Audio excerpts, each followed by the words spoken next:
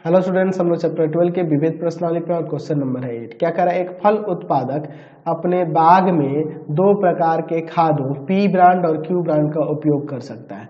मिश्रण के प्रत्येक थैले में नाइट्रोजन, फास्फोरिक अम्ल, पोटास और क्लोरीन की मात्रा केजी में सारणी में यहाँ दिया गया है। परीक्षण संकेत देते हैं कि बाग में कम से कम 240 केजी फास्फोरिक अम्ल, कम से कम 270 केजी पोटास और क्लोरीन की अधिक से अधिक 310 केजी की आवश्यकता है। यदि उत्पादक बाग के लिए मिलाई जाने वाली नाइट्रोजन की मात्रा का न्यूनतमीकरण करना चाहता है तथा प्रत्येक मिश्रण के कितने थैले का उपयोग होना चाहिए, मिलाई जाने वाली नाइट्रोजन की न्यूनतम मात्रा क्या है, ये हमें यहाँ ज्ञात करने के लिए कह रहा है। क्वेश्चन थोड़ा समझ लीजिए। एक फल उत्पादक है, ये दो प्रकार के खाद पी ब्रांड और क्यू ब्रांड का उपयोग अपने बगीचे में करना चाहता है और प्रत्येक थैले में नाइट्रोजन, फास्फोरिक अम्ल, पोटास और क्लोरीन की कितनी कितनी मात्रा है यह केजी में दिया गया है प्रति थैला में। तो देखिए पी ब्रांड का जो थैला है उसमें नाइट्रोजन, फास्फोरिक अम्ल, पोटास और क्लोरीन की कितनी कितनी केजी में मात्रा है यहाँ पे दिया हुआ है। उसी तरह ब्रांड क्यू वाले में कितना नाइट्रोजन, फास्फोरिक अम्ल, पोटास और क्लोरीन है ये भी यहाँ सारणी में दिया गया है। ठीक है, और ये भी यहाँ पे एक्सपेरिमेंट करने पे ये पता चलता है कि बगीचे में कम से कम 240 केजी फास्फोरिक अम्ल, कम से कम 270 केजी पोटास और क्लोरीन अधिक से अधिक 310 केजी होना चाहिए। तो कितना कितना दोनों ब्रांड का थैला उपयोग किया जाए ताकि नाइट्रोजन की मात्रा न्यूनतम हो सके। तो चलिए हम लोग यहाँ पर मान लेते हैं, माना फल उत्पादक एक्स थैले पी और वाई थैले क्यू ब्रांड के उपयोग करता है। हम लोग ऐसा यहाँ पर मान लेते हैं। ठीक है, अब इसके बाद देखिए हम लोग खुद से एक चार्ट बना लेते हैं जो अभी हमने डाटा ऊपर देखा ना उन सबको लिखने के लिए। ठीक है, चलिए ध्यान से देखिएगा, बहुत ही इंटरेस्टिंग क्वेश्चन है तो इसको अच्छे तरीके से देखिएगा। इससे रिलेटेड अगला भी क्वेश्चन इसी से बन जाएगा, हमें अलग से उसको बनाने की जरूरत नहीं पड़ेगी। 8 के बाद जो 9 नंबर क्वेश्चन है वो इसी पर है, इसमें यही सेम क्वेश्चन है, वहां पे बस अधिकतम के लिए पूछ रहा है तो हमको अलग से बनाने की जरूरत नहीं है, इसी में मैं आपको बता दूंगा, आप कॉपी पे दोबारा से बना लेना। चलिए देखिए अब क्या क्या दिया हुआ है। तो यहाँ पे दिया है आपके क्वेश्चन में कि केजी में प्रति थैला कितना कितना पोषक तत्व हैं उनको यहाँ पे दिया हुआ है। तो पोषक तत्व में कौन कौन सा है जी, तो पोषक तत्व में देखिए क्या क्या दिया हुआ है। नाइट्रोजन को लास्ट में लिखेंगे क्योंकि उसी के ना न्यूनतमीकरण की बात कर रहा है। फास्फोरिक अम्ल, ठीक है, दूसरा है पोटास, तीसरा है क्लोरीन और अंत में यहां पे ले लेते हैं नाइट्रोजन। ठीक है, दो तरह के ब्रांड हैं पी और क्यू। चलिए अब इसके बाद हम लोग और कितनी आवश्यकता है मिश्रण में, आवश्यकता कितनी है इन दोनों के मिश्रण में, ठीक है, उसकी यहाँ पे देखेंगे। चलिए अब इसके बाद देखते हैं पी जो ब्रांड है, पी ब्रांड जो है इसमें फास्फोरिक अम्ल कितना है 1 केजी, पोटास है आपका 3 केजी और क्लोरीन है 1.5 केजी। और नाइट्रोजन की बात करें तो नाइट्रोजन ऊपर दिया होगा, यहाँ पर कितना केजी है 3 केजी है। उसी तरह क्यू वाले ब्रांड में 2 केजी फास्फोरिक अम्ल, 1.5 केजी पोटास और क्लोरीन 2 केजी है। अच्छा, और नाइट्रोजन की बात करें तो 3.5 केजी। आवश्यकता कितनी कितनी के, तो देखिए आवश्यकता है हमें यहाँ पर फास्फोरिक अम्ल की 240 केजी, पोटास की कम से कम 270 और अधिक से अधिक 310 केजी क्लोरीन होना चाहिए। तो यहाँ पर लिख देंगे आपका कम से कम ये 240, ये कितना था कम से कम 270 और अधिक से अधिक ये 310। अब चलिए अब इसके बाद हम लोग यहाँ पर देखते हैं। चलिए अब देखिए इसके बाद हमें मिनिमम निकालने के लिए बात कर रहा है, मिनिमम ऑफ जेड की बात कर रहा है। तो एक्स थैले हैं पी प्रकार के और एक में 3 केजी नाइट्रोजन एक थैले में, तो 3x केजी हो जाएगा। उसी तरह क्यू प्रकार के ब्रांड के वाई थैले हैं और एक थैले में 3.5 केजी नाइट्रोजन, तो 3.5 वाई हो जाएगा। अब इसके बाद यहाँ से इन तीनों से 3 समीकरण प्राप्त होंगी।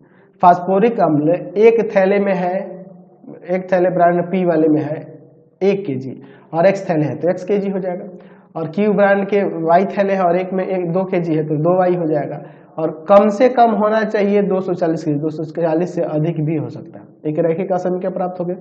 दूसरी वाली यहाँ से हो जाएगी आपकी 3x प्लस का 1.5y is greater than equal to 270। कम से कम 270 क्या रहना जी, चलिए यहाँ पे 1.5 कॉमन कर लेते हैं, ठीक है। तो 2x plus Y is greater than equal to, इधर आगे भाग करेगा तो इधर आपका 180 ना हो जाएगा। चलिए अच्छा, उसके बाद तीसरा यहाँ से मिलेगा 1.5x प्लस का 2y इज लेस देन, क्योंकि अधिकतम कह रहा है ना, अधिकतम यहाँ पर इसके कह रहा था, क्लोरीन की अधिकतम मात्रा 310 kg, ठीक है। चलिए, और रैखिक जो ऋणोत्तर व्यवरोध होगा ये तो रहेगा ना जी, क्योंकि जो थैले की संख्या होगी 0 या 0 से देखोगे माइनस में तो नहीं आएगी। चलिए अब आगे देखते हैं, लिखते हैं दिए गए रैखिक असमीकरणों को रैखिक समीकरणों में बदलने पर क्या हो जाएगा, x plus 2y equal to में 240, फिर 2x plus Y equal to में 180, और तीसरा हो जाएगा 1.5x प्लस का 2y इक्वल टू में 310, ठीक है। अब इसके बाद हम लोग इनके सॉल्यूशन यहाँ पर निकाल लेते हैं, ठीक है। तीनों समीकरणों के दो सॉल्यूशन निकालेंगे, तभी ना इनका हम लोग ग्राफ खींच पाएंगे। चलिए तो पहले इनके दो सॉल्यूशन की बात अब हम लोग कर लेते हैं, ध्यान से देखिएगा, ठीक है। चलिए x y, x का देखो यहाँ पे 0 रख देते हैं, x का 0, तो y का कितना जाएगा, तो ये चला जाएगा उधर डिवाइड में तो 120 हो जाएगा। y का 0 रख देते हैं, y का 0 रख देते हैं तो x कितना आ जाएगा, 240 आ जाएगा, 240 ना आ जाएगा जी। चलिए फिर हम लोग यहाँ पर देते हैं x y, x का 0 रख देते हैं तो y का 180, y 0 रख देते हैं x का 90, फिर यहाँ x y, ठीक है। x का 0 रख देते हैं तो ये जाएगा उधर डिवाइड में, तो क्या हो जाएगा 310 में डिवाइड कर देंगे कितना से, 2 ही ना जाएगा तो 2 से डिवाइड हो जाएगा तो आपका आ जाएगा 155।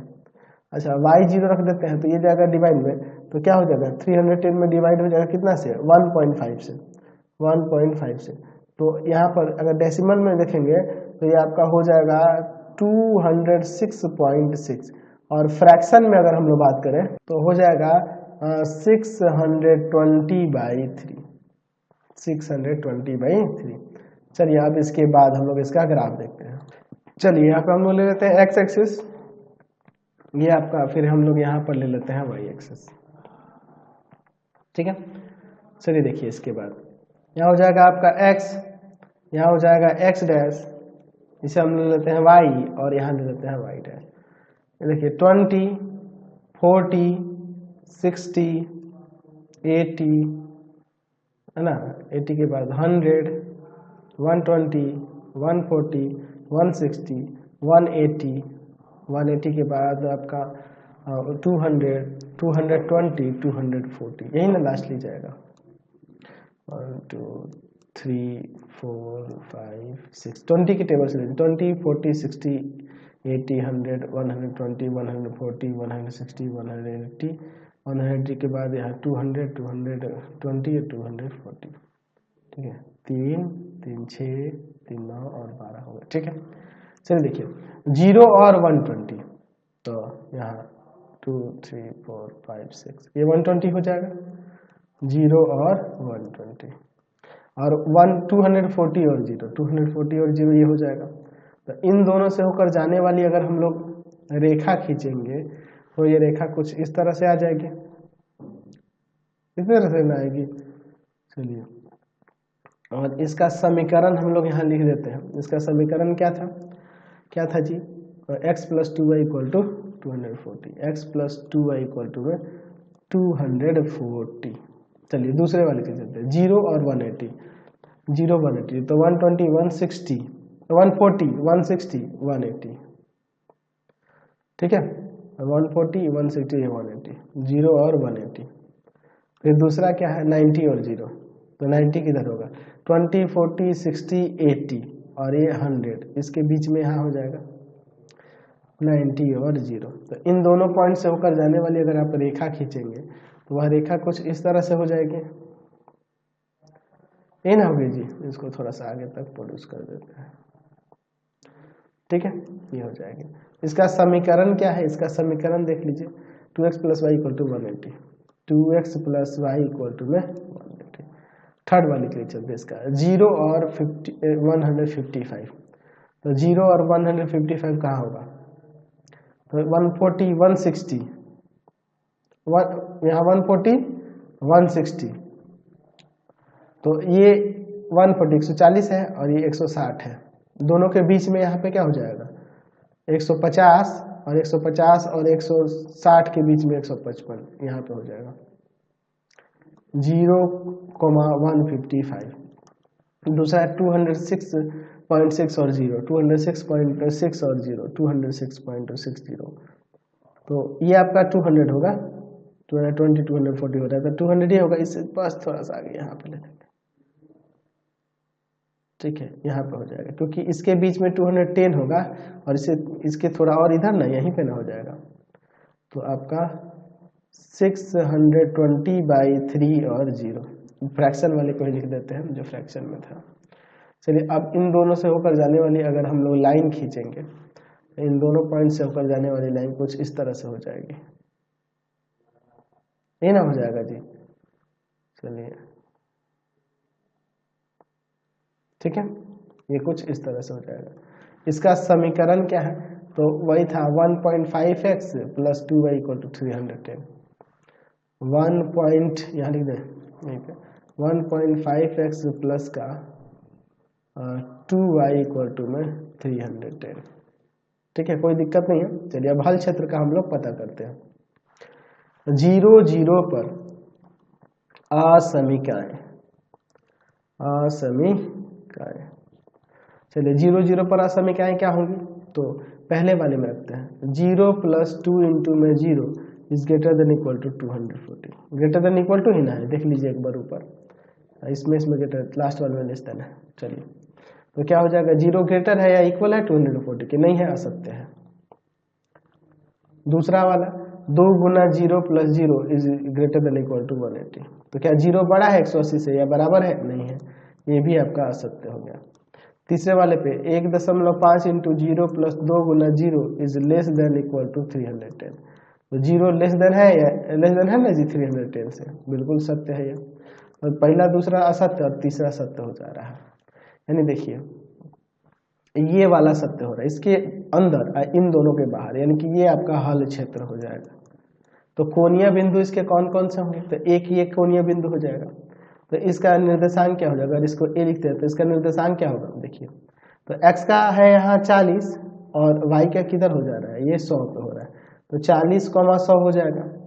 दूसरा इसे हम लोग b ले लेते हैं, इसका निर्देशांक क्या हो जाएगा, तो x का कितना हो जा रहा है, देख लीजिए 20, 40, 60, 80, 100, 120, 140, 140 और y का इधर कितना है, तो 20, 40, 60, इसके बीच में तो 50, यहाँ पर ये c ले लेते हैं, इसका निर्देशांक क्या हो जाएगा, तो x का ये 20 के सामने है और y का यहाँ पे ये कितना है 140 ना, 140, ठीक है। अब आगे देखते हैं यहाँ पे, चलिए, तो यहाँ पे अब हम लिख सकते हैं कि हल क्षेत्र एक त्रिभुज है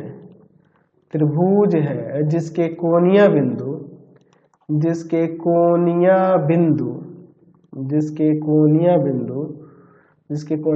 A 40, 100, B 140, 50 तथा C 20,140 है, ठीक है। अब चलिए, अब इसके बाद हम लोग यहाँ न्यूनतमीकरण करने के लिए यहाँ पर न्यूनतम मान निकालेंगे। हम लोग यहाँ पर चार्ट एक बना लेते हैं, चलिए ध्यान से देखिए, ठीक है। अब इसके बाद हम लोग आगे यहाँ पर देखते हैं, ये आपका चार्ट हो जाएगा, ध्यान से देखो, कोणीय बिंदु और यहाँ z = में क्या है आपके पास, तो z इक्वल टू में 3x प्लस का 3.5y, यही ना था जी। चलिए कोणीय बिंदु यहाँ पे जो जो मिल रहा है इसको यहाँ लिख देते हैं। कोणीय बिंदु क्या है, 40, 100, 140, 50, ठीक है, और तीसरा है 20, 140, इसमें रखते हैं, ठीक है। तो 40 और 100, 40 रखेंगे तो 120 और ये 350, तो जोड़ देंगे तो यहाँ आ जाएगा 470, ठीक है। अच्छा 140 और 50 इसमें रखें, 140 x की जगह y की जगह आपका 50, तो आपका कितना आ जाएगा 595 रह जाएगा, ठीक है। फिर अब इसके बाद 20 और 40 रख देते हैं, तो 20 रखेंगे और 40 रखेंगे तो आपका आ जाएगा 550, ठीक है। तो यहाँ पे न्यूनतम पूछ रहा था ही ना होगा मिनिमम, मिनिमम एट 40, 100, तो हम लोग यहाँ पे लिख सकते हैं, हम लोग यहाँ नीचे लिख सकते हैं, क्या लिख सकते हैं कि, तो लिख सकते हैं कि अतः फल उत्पादक 40 थैले पी ब्रांड और 100 थैले क्यू ब्रांड के ले तो किसकी क्या था जी, नाइट्रोजन की मात्रा न्यूनतम होगी, ठीक है। और न्यूनतम मात्रा कितना हो जाएगी, न्यूनतम नाइट्रोजन की मात्रा कितनी हो जाएगी, तो 470 kg। क्लियर हो गया। अब चलिए अगला क्वेश्चन देखते हैं। तो अगला क्वेश्चन